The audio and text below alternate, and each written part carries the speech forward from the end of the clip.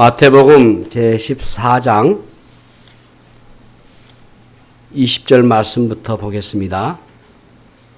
마태복음 제14장 20절 말씀부터 32절 말씀까지 읽어드리겠습니다. 다 배불리 먹고 남은 조각을 12바구니에 차게 거두었으며 먹은 사람은 여자와 어린이 외에 5,000명이나 되었더라. 예수께서 즉시 제자들을 제초가사 자기가 무리를 보내는 동안에 배를 타고 앞서 건너편으로 가게 하시고 무리를 보내신 후에 기도하러 따로 산에 올라가시니라. 저물매 거기 혼자 계시더니 배가 이미 육지에서 수울이나 떠나서 바람이 거스름으로 물결로 말미암아 고난을 당하더라. 밤 사경에 예수께서 바다 위로 걸어서 제자들에게 오시니 제자들이 그가 바다 위로 걸어오심을 보고 놀라 유령이라 하며 무서워하여 소리 지르거늘 예수께서 즉시 이르시되 안심하라 나니 두려워하지 말라. 베드로가 대답하여 이르되 주여 만일 주님이시거든 나를 명하사 물 위로 오라 하소서 하니 오라 하시니 베드로가 배에서 내려 물 위로 걸어서 예수께로 가되 바람을 보고 무서워 빠져가는지라 소리질러 이르되 주여 나를 구원하소서 하니 예수께서 즉시 손을 내밀어 그를 붙잡으시며 이르시되 믿음이 작은 자여 왜 의심하였느냐 하시고 배에 함께 오름에 바람이 그치는지라. 아멘. 우리 옆에 계신 분 함께 인사 나누시겠습니다. 이제 오신 당신은 이 시간 가장 아름다운 분이십니다. 예, 감사합니다. 예. 1796년 11월 10일에 인도에서 선교하는 우리 개신교 선교의 아버지라 할 수 있는 윌리엄 캐리가 이런 말을 남겼습니다. 하나님을 위해서 위대한 일을 시도하라. 그리고 하나님으로부터 위대한 것을 기대하라 했습니다. 사실 윌리엄 캐리는 전혀 공부를 하지 않는 그런 학교를 다니지 않는 사람이었어요. 근데 그가 예수님을 믿고 이제 원래 구두 수성공이었는데 예수님을 믿고 내가 하나님의 위대한 일을 해야 되겠다. 그런 비전을 가지고 인도에 와서 선교를 했어요. 나중에 그는 헬라어와 히브리어와 네덜란드어와 인도를 독학으로 학파하고 심지어 대학 교수까지 하게 됩니다. 그렇습니다, 여러분. 하나님을 위해서 위대한 일을 시도해라. 그리고 하나님부터 위대한 것을 기대하라. 하나님은 우리에게 새해 2025년을 열어주셨습니다. 우리 함께 하나님의 위대한 일을 우리가 시도하면서 또 위대한 것을 기대하면서 여러분 모두가 함께 믿음으로 승리하시기를 바랍니다. 기도하시겠습니다. 거룩하신 우리 아버지 하나님 은혜를 감사합니다. 비천한 죄인을 우리 주님의 십자의 구속으로 존귀하신 하나님 아버지의 우리가 자녀가 되게 해주셨고 성령님을 우리 교회에 부으셔서 우리로 하여금 죄의 종에서 해방되어 이제는 의의 종이 되게 하셔서 하나님 우리 아버지의 구속의 영광을 우리로 하여금 드러내게 하시고 또 존귀한 우리 새로운 피조물 새 백성이 되게 하신 것을 감사합니다.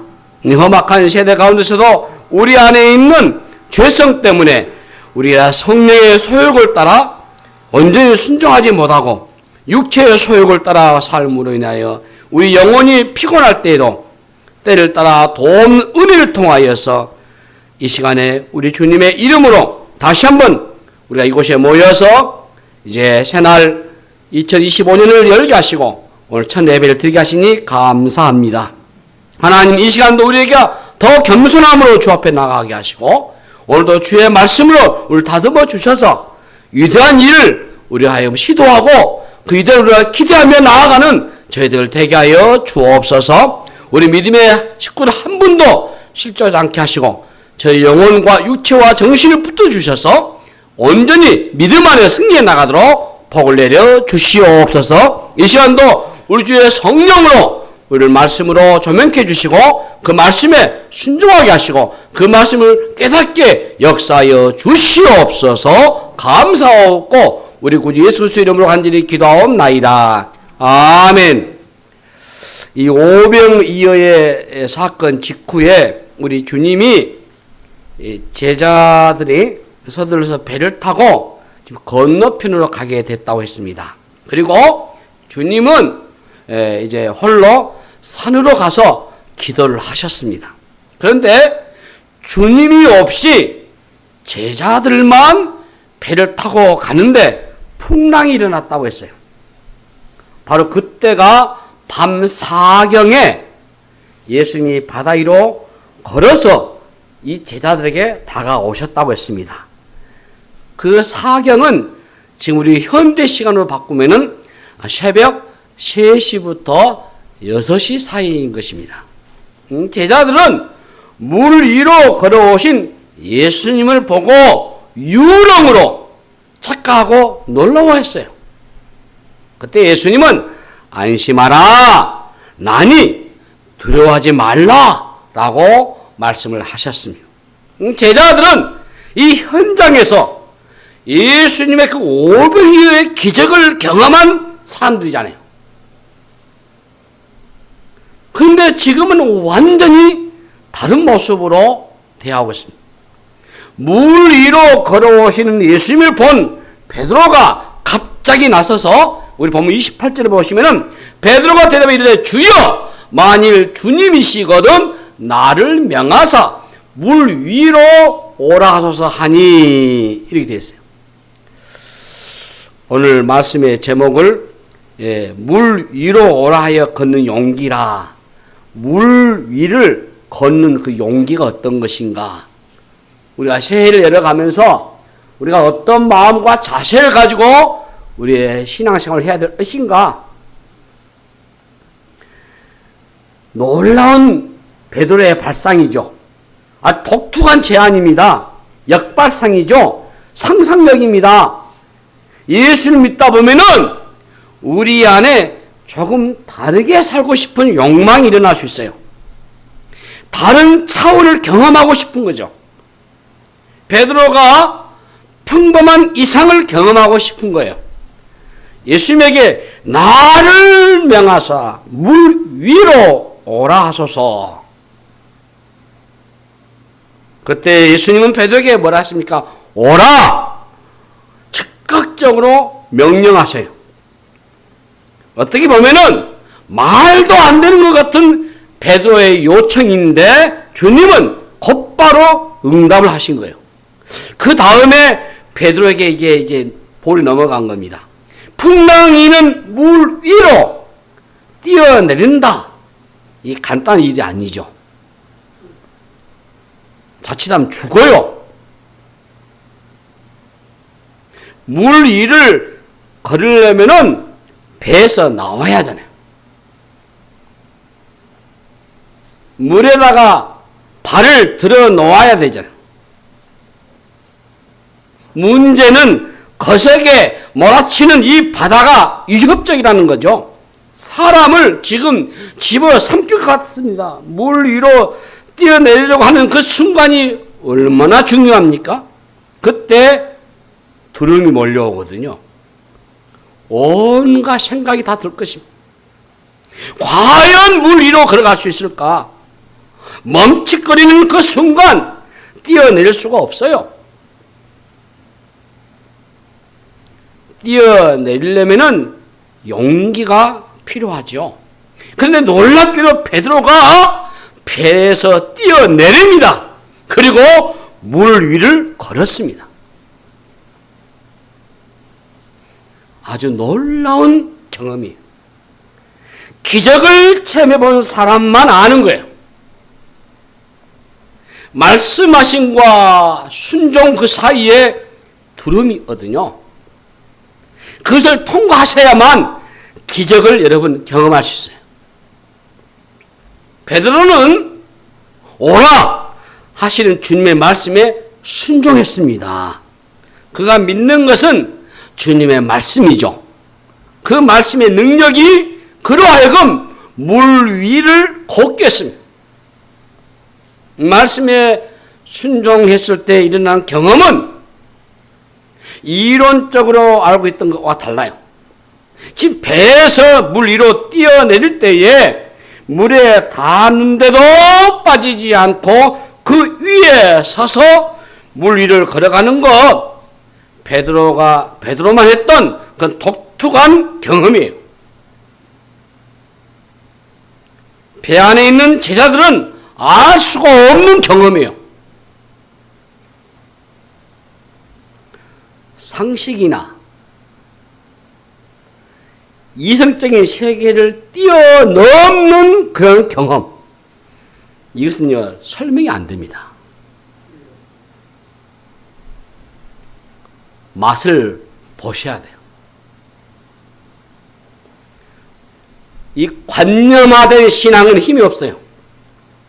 머리로는 알지만은 체험해보지 않았기 때문에 그 말씀이 그냥 이론으로만 알고 있는 거예요. 체험이 전부는 아니겠지만은 직접적인 체험은 우리 신앙생활에 아주 중요합니다. 체험을 해본 신앙은 그래서 조금 달라요. 설명할 수 없는 세계가 있거든요. 맛을 본 사람들끼리만 통하는 말이 있어요. 그래서 아는 사람만 압니다. 맛있는 것을 먹어본 사람과 설명만 들은 사람은 달라요. 설명만으로는 안 되잖아요. 이 영적인 세계도 똑같습니다, 여러분. 마찬가지. 늘 경험할 수는 없겠지만은 단 한 번이라도 하나님이 살아 계신다는 것을 확실하게 경험한 사람은 달라요. 신앙에 어려움이 왔을 때에 이전에 확실함을 체험을 회상하게 되면 빨리 일어날 수 있어요. 100번, 1000번 설명을 듣는 것과 직접 본인이 경험해 본 것은 달라요. 여러분, 언제 이런 경험을 해보겠습니까? 자, 물 위로 걸으려고 하면은 배 안에 있으면 안 되잖아요. 배에서 물 위를 걷는 것을 상상하거나 연습하는 것은 알 수 없어요.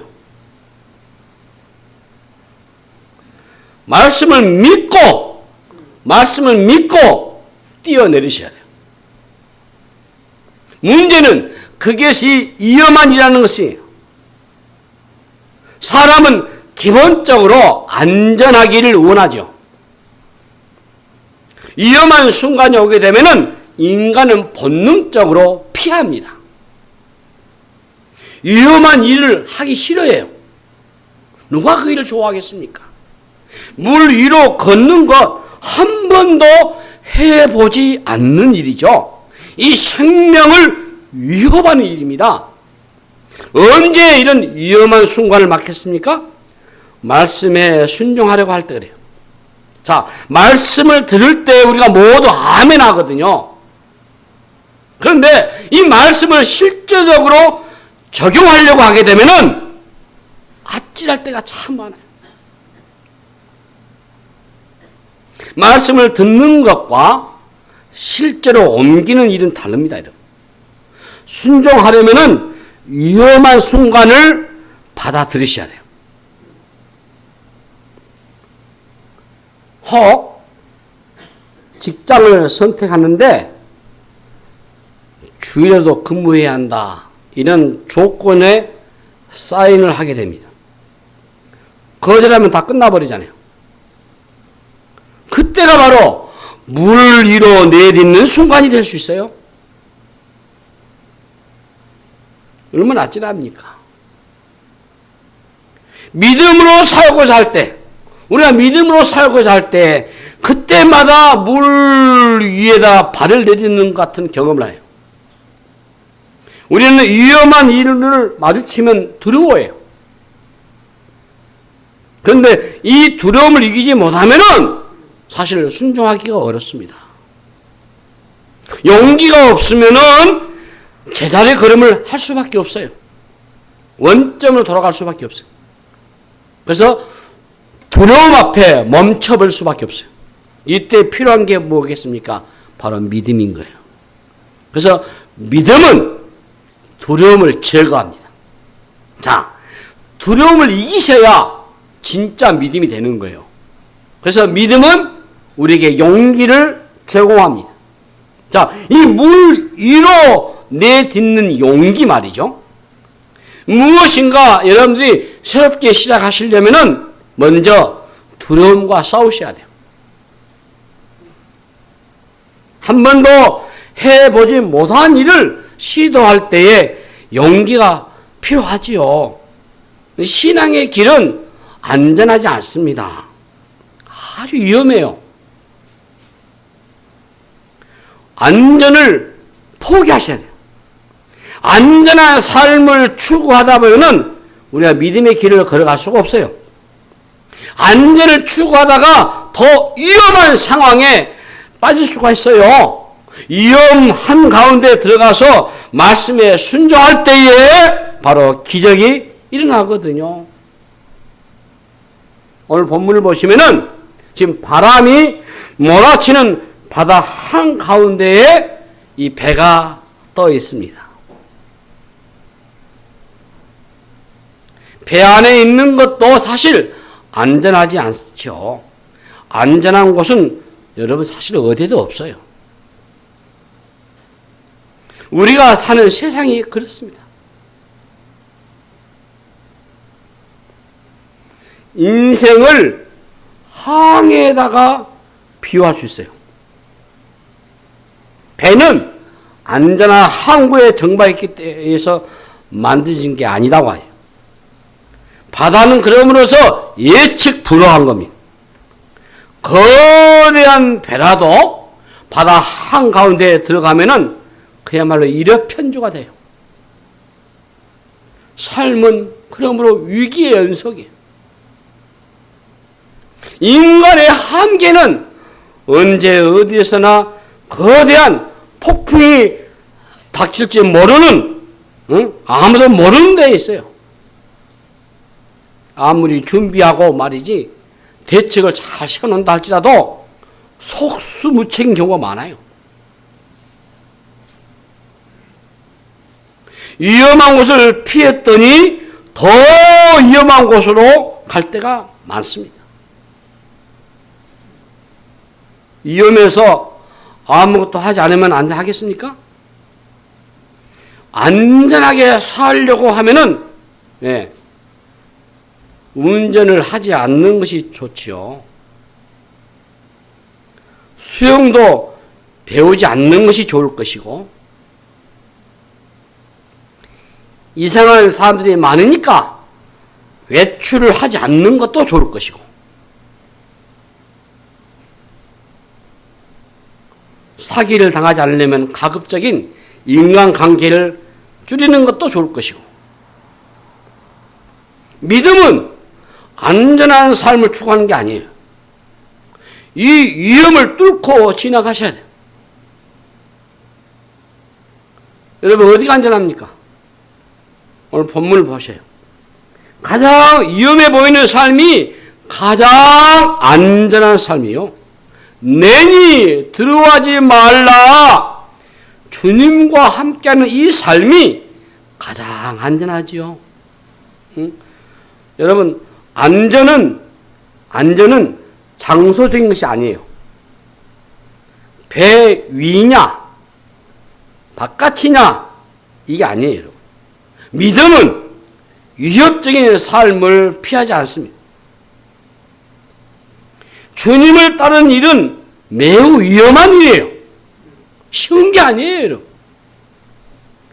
그러나 그 위험한 선택을 통해서야만이 우리가 하나님을 경험할 수 있어요. 믿음은 그러면서 위험 저 너머를 볼 수 있는 게 믿음이에요. 주님이 말씀하시면은 행동할 준비가 여러분 되어 있습니까?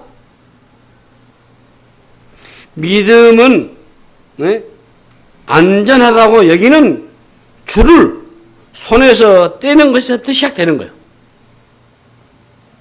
우리가 안전해 보이겠지만은 부실한 것들을 우리는 붙들고 살고 있는 것입니다. 베드로 외에 다른 제자들은 배 안이 안전하다라고 그네들은 생각했을 겁니다. 그러나 그들에게는 아무 일도 일어나지 않았어요. 위험한 선택을 하지 않으면은 하나님을 경험하기가 어렵습니다, 여러분. 신앙을 돌아보시면은 언제가 가장 흥분된 순간이겠습니까? 말씀을 듣고 순종할 때입니다. 순종하면은 망할 것 같지만은 하나님을 선택하고 뛰어내릴 때에 기적이 일어나지 않아요. 뛰어내리지 않으면은 아무 일도 일어나지 않습니다. 베드로는 위험한 일이었지만 그는 주님의 말씀을 있는 그대로 믿은 거예요. 주님이 오라! 라는 그 말씀이 베드로의 가슴을 강하게 친 거예요. 이게 레마죠. 이게 은혜죠. 그냥 들리던 하나님의 말씀이 어느 날 내 존재를 흔들어 놓는 말씀으로 다가오는 거예요. 내 영혼을 흔들어 놔버려요. 네. 파도 소리보다 그 말씀이 더 강력한 거죠. 오늘 일어난 상황보다 그 말씀이 더 강력하단 말이에요. 더 심각하죠. 현실보다도 하나님의 말씀이 더 강하게 밀고 오게 되면은 그 말씀에 순종하면 되는 겁니다. 말씀이 능력인 거죠. 주님의 말씀은 그대로 현실이 됩니다. 하나님의 말씀은 그러므로 창조예요. 사람이 어떻게 물 위를 걷냐고 믿지 않는 사람들이 있잖아요. 베드로가 물 위를 걸은 게 아니고 주님의 말씀이 그로 하여금 걷게 했잖아요. 하나님의 말씀이 임하게 되면은 물 위를 걷게 하는 정도는 아무것도 아니에요. 예수님이 죽은 지 나흘째 된 때에 무덤에 있던 나사로를 살리신 것을 우리가 압니다. 요한복음 11장에 잘 나와서 43절 44절 보면은 이 말씀을 하시고 큰 소리로 나사로야 나오라 부르시니 죽은 자가 수족을 배로 동인처럼 나오는데 그 얼굴은 수건에 쌓였더라. 예수께서 이르시되 풀어놓아 다니게 하라 하시니라. 예수님이 하신 것은 딱 하나죠. 큰 소리로 나사로야 나와라 이 명령뿐이셨어요.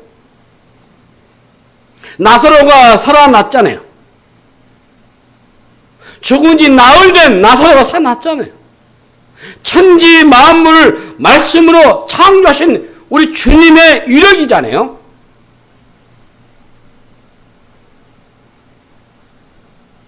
누가복음 5장을 보시면은 5장 5절 6절에 시몬이 여기 시몬은 지금 베드로입니다. 대답하여 이르되 선생님 우리들이 밤이 새도록 수고하였으되 잡은 것이 없지만은 말씀에 의하여 내가 그물을 내리리라 하고 그렇게 하니 고기를 잡은 것이 심이 많아 그물이 찢어지는지라 했어요. 하나님의 말씀이 곧 하나님이셔요. 요한복음 1장 1절에 말씀이 하나님이시라고 하세요. 네. 말씀은 현실이 되는 겁니다. 베드로가 주님의 말씀을 믿고 그대로 뛰어내린 거죠. 그리고 물 위를 걸은 겁니다.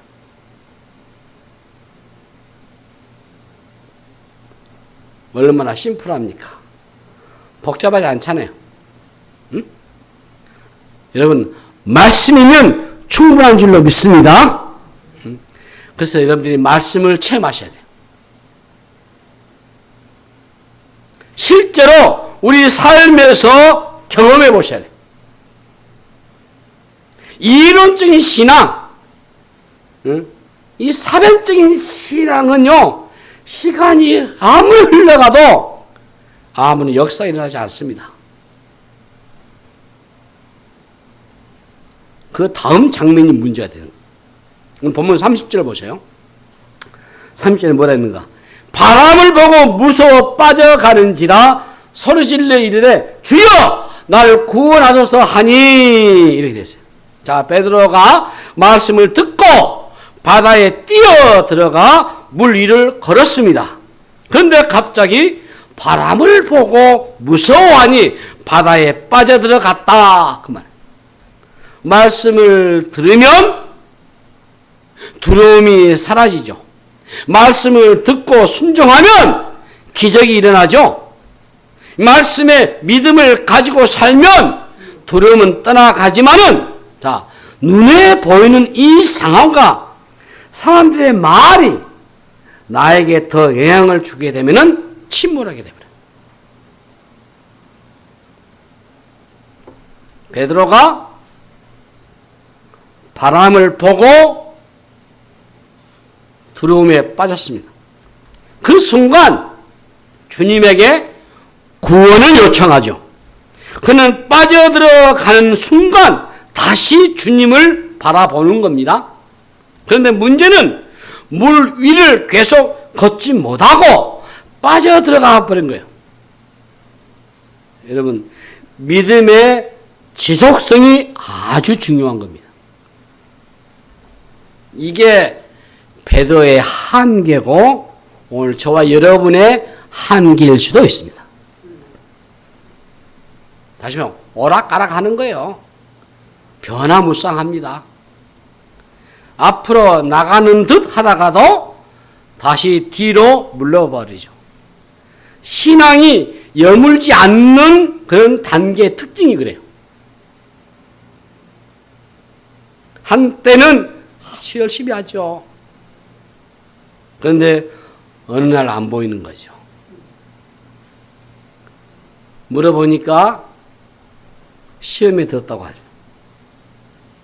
시험에 들었다는 말은 물에 빠졌다라는 뜻이죠. 시험에 들게 하는 일들은 늘 있기 마련이에요. 우리를 시험 들게 하는 사람도 늘 있기 마련이에요. 그러나 태클을 건다고 다 넘어지는 게 아니잖아요.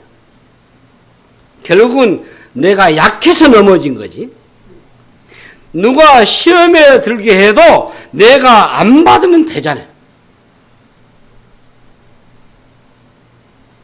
누가 나를 떨어뜨리려고 낙하산 피우면 되잖아요.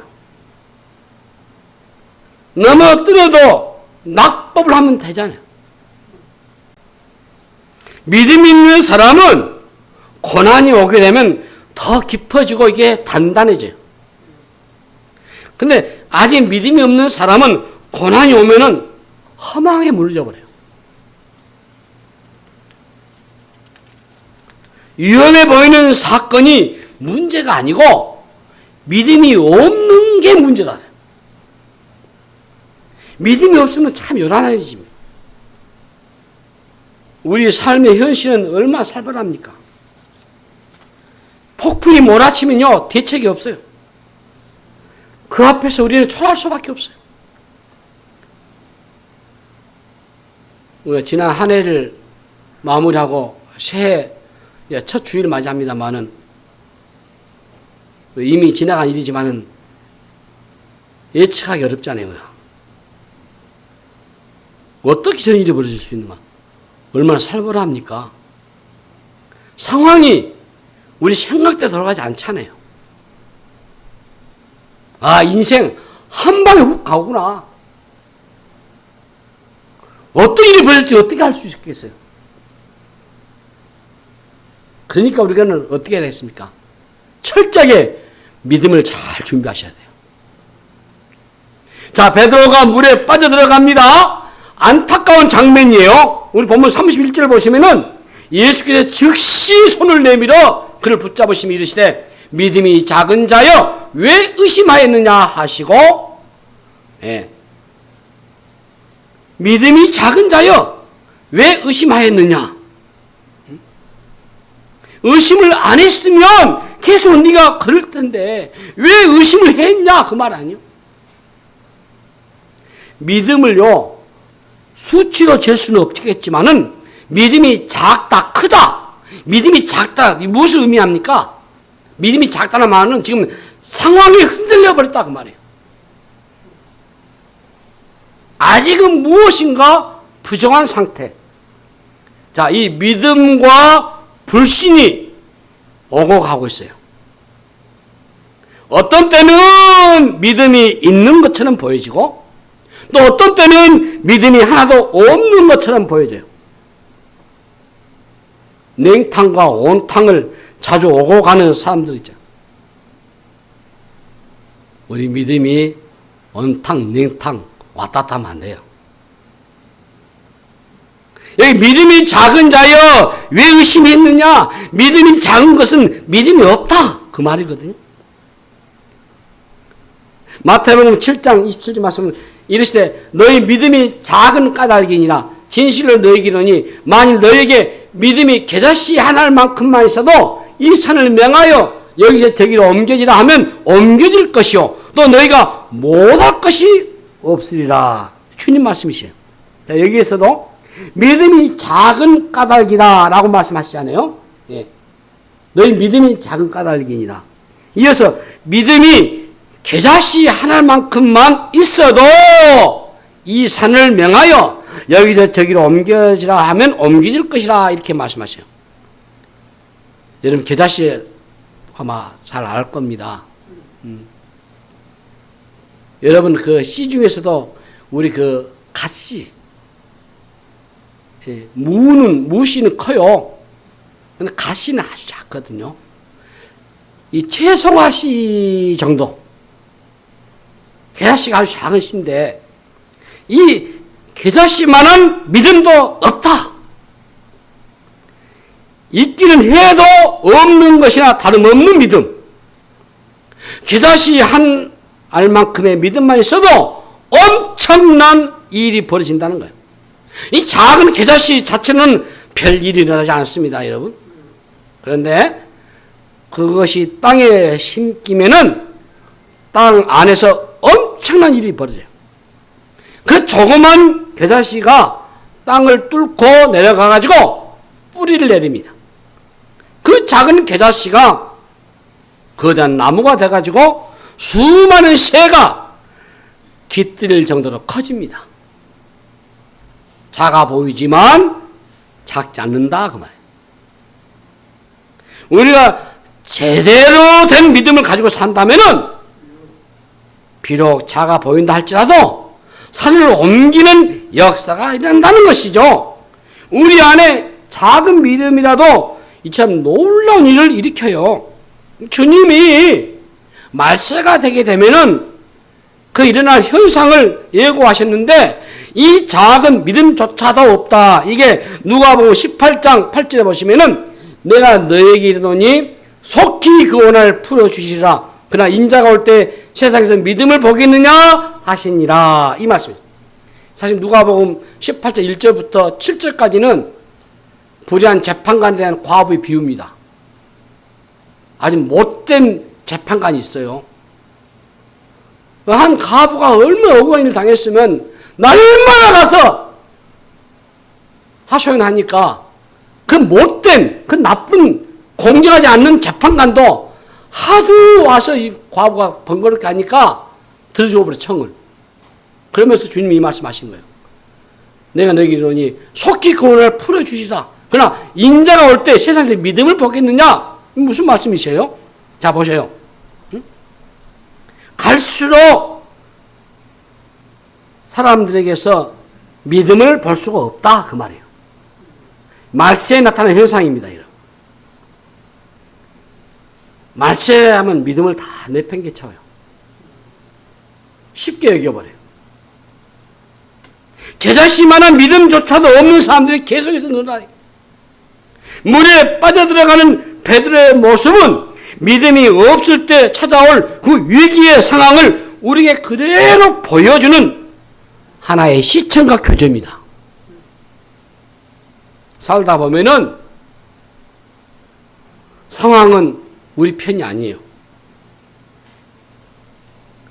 위기를 늘 넘나들어요. 현실은 우리의 예측을 빗나가 버려요. 주님은 우리에게 더 나은 환경을 제공해 주시겠다 약속하지 않으셨습니다. 시련이 없을 것이다 라고 말씀하지 않으셨습니다.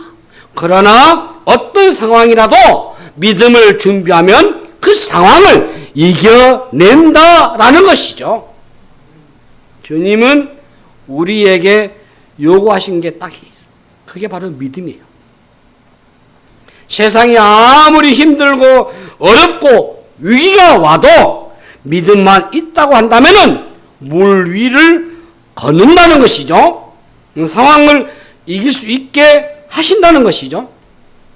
믿음은 상황을 그러면 얼마든지 바꿀 수 있어요. 믿음이 있는가 없는가 여러분 무엇으로 알 수 있겠습니까? 상황에 이기면 믿음이 있는 것이고 상황에 빠져가지고 허우적거리면 믿음이 없는 거예요. 상황 자체는 우리가 어떻게 할 수가 없습니다. 문제는 믿음이요. 두려움에 맞서는 믿음은 위험에도 뛰어 들어가는 거죠. 파도가 커도 주님이 물 위를 걷게 하시겠다는 것이에요. 이제 2025년 새해를 열어주셨습니다. 이 한 해에 우리가 해야 할 일이 무엇이겠습니까? 여러분, 주님을 바로 보셔야 돼요. 주님께 집중하셔야 돼요. 우리 교회는 금년에 슬로건을 다시 본질로, 다시 생명으로 걸었습니다. 다시 말해서 하나님의 말씀으로, 주님으로 우리가 집중하자 그 말이에요. 우리의 시선을 주님에게 고정시키자 그 말이에요. 주님의 친히 하신 말씀이잖아요. 나는 곧 길이요 진리요 생명이니 나를 말미암지 않거나 아버지께 올 자가 없다 하셨잖아요. 예수님만이 유일한 길이시고 예수님만이 유일한 진리시고 예수님만이 유일한 생명이신 줄로 믿습니다.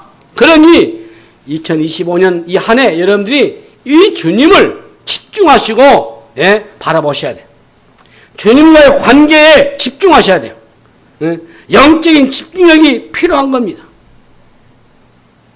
오늘부터 이번 주일 오후에부터 앞으로 한 12주 거쳐서 이 마귀에 대해서 제가 설교를 할 겁니다.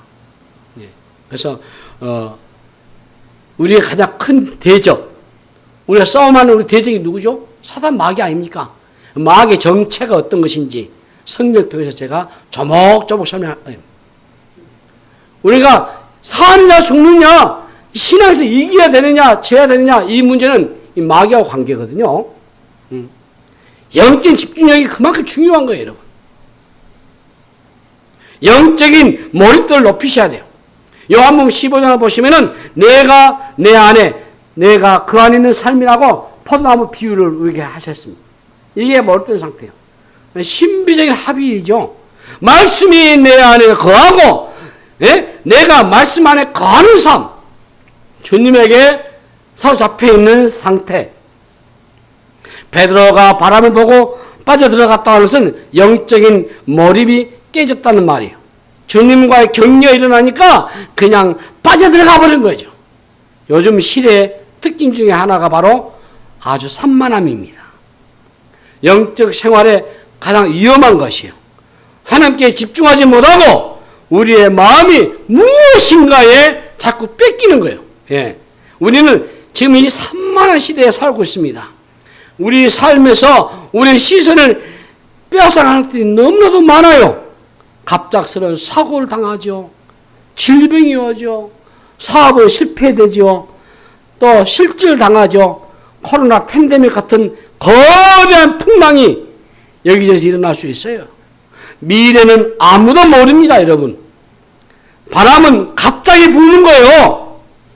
우리의 시선을 압도할 만한 일들이 닥칠 수 있단 말이죠. 그때 그런 상황에서 벗어나기 위해서 몸부림을 치다가 더 깊은 수렁에 빠질 수 있어요. 인간은 참 약합니다. 한순간에 절망하고 한순간에 우울해지고, 구약의 그 걸출한 엘리야도 한순간에 노동나무 안에서 죽기를 구했잖아요. 그게 우리 인간이요. 바람을 보고 빠져들어간 베드로와 흡사하지 않았습니까? 우리가 해야 할 가장 중요한 일은 어떤 경우에도 주님을 바라보는데, 말씀을 집중하는 데 있습니다. 주님을 바라보는 시선을 놓치면은 누구라도 곤두박질 수밖에 없어요. 말씀 마무리하면서 본문 32절 보십시오. 배에 함께 오름에 바람이 그치는지라 했어. 자, 우리는 혼자가 아닙니다. 우리는 삶에 동승하신 분이 주님이세요. 홀로의 항해는 위험하죠. 나 혼자 노를 저어 간다면 목적지에 도달할 수가 없을 것입니다. 우리의 힘으로는 풍랑을 헤쳐나갈 수가 없습니다. 그러나 주님이 함께 하시면, 주님이 함께 하시기만 풍랑 가운데서도 물 위로 걷게 하실 줄로 믿습니다. 주님을 모시고 함께 여러분 나아가시기를 바랍니다. 금년 한 해 열었으니까 주님과 함께 동행하시면서 매 순간마다 임마누엘 하나님 의지하시고 궁극적으로는 에베네zer 하나님으로 승리하는 여러분 되시고, 주의 말씀에 순종할 때에 물 위를 걷는 놀라운 그런 은혜가 있기를 주님의 이름으로 축복합니다. 하나님 아버지, 은혜를 감사합니다. 우리에게 2025년 열어주셨사오니 주님 말씀에 믿고 순종하며 나아가는 저희들 되게 하여 주시옵소서. 오직 믿음을 갖고 나아가는 저희들 되게 하여 주시옵소서. 감사하고 우리 구 예수 그리스도의 이름으로 간절히 기도하옵나이다. 아멘.